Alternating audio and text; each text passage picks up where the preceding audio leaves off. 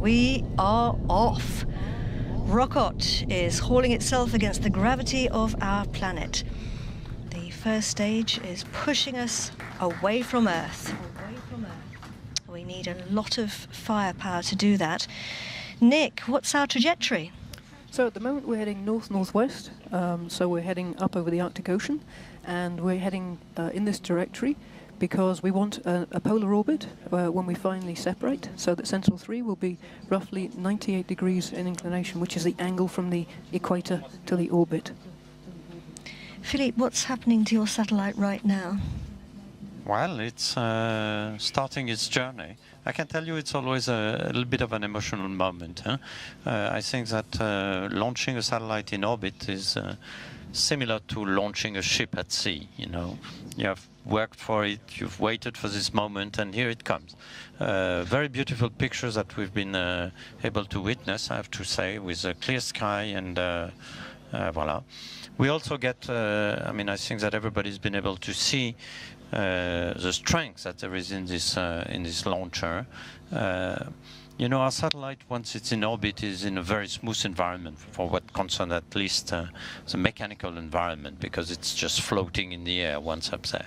But now, for this launcher, you can see with this big boost and all the vibration that goes to it, it's a very bumpy ride, really. It's It is in the first phase of the flight, isn't it? But right now we have separation of the first stage. We're now burning the second stage, Nick.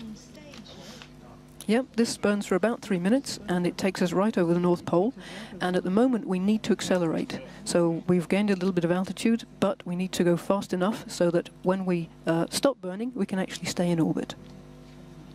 And if you look at the front of the launch vehicle, you can see here what we call the fairing. Nick was referring to that earlier. It's the pointy section of the launcher. We don't need it anymore because we are now in space. We've gone through the dense part of the atmosphere and we can jettison that. Philippe, we can see your satellite now for the first time. yes. Well, those are simulated pictures, yes, but indeed this is what we can imagine, which is that the spacecraft that the teams have seen for the last time when the fairing was closed around it is now really starting its journey in space, because it's really up there and in the forefront of as a spearhead of the Breeze launcher.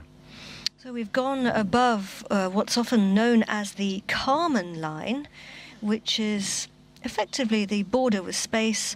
It's about 100 kilometers above sea level, 62 miles. What does that actually mean, Nick?